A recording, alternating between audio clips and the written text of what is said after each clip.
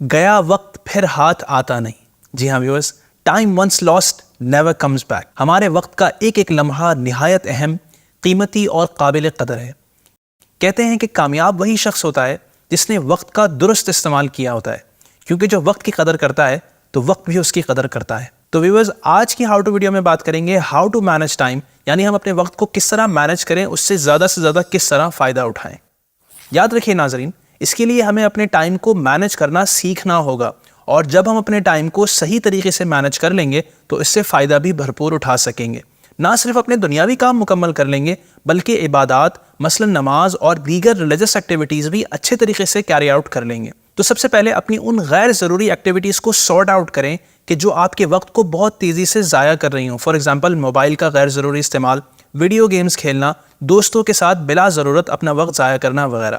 جب آپ ان useless activities کو اپنے روٹین سے نکال دیں گے تو آپ دیکھیں گے کہ آپ کے پاس بہت سارا وقت ہے جسے یوٹیلائز کرتے ہوئے آپ لائف میں بہت سی کامیابیاں سمیٹ سکتے ہیں. اب اپنے پاس اویلیبل ٹائم کو دیکھتے ہوئے اپنا ڈیلی روٹین شیڈیول تیار کر لیں. یہ شیڈیول روزانہ کا سیم بھی رہ سکتا ہے یا پھر اپنی ڈفرینٹ ایکٹیویٹیز کی وجہ سے مختلف بھی ہو سکتا ہے.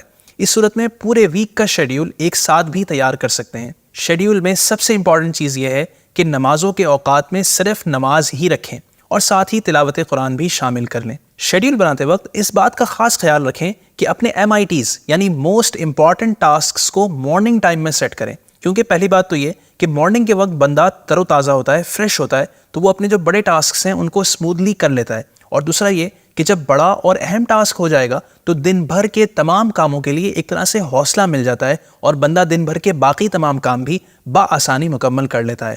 فار ایگزامپل، اگر آپ اسٹوڈنٹ ہیں تو اپنی اسٹڈینگ کی ایکٹیویٹیز کو صبح کے ٹائم میں رکھیں. اسی طرح گھر والوں اور گھر کے کاموں کے لیے پراپر ٹائم اپنے شیڈیول میں رکھیں. اگر آپ کی کوئی ہابی ہے تو اسے بھی کسی مناسب وقت میں شیڈیول کر لیں. ہمیشہ ہابی کے لیے اتنا ہی ٹائم رکھیں کہ جس سے آپ فریش ہو جائیں، نہ کہ اتنا کہ جس سے آپ تھک جائیں اور اپنے دیگر امپورٹنٹ ٹاسکس پورے کرنے کی طاقت نہ رہے.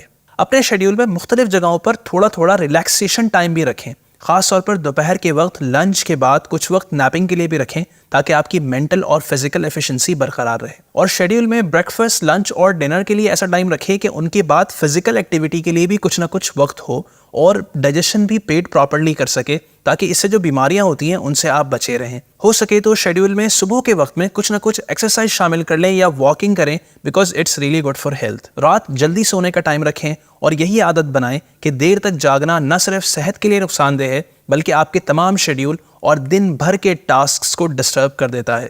وقت کو اہم جانیں، انشاءاللہ وہ وقت دور نہیں کہ زمانہ آپ کو اہم جانے گا.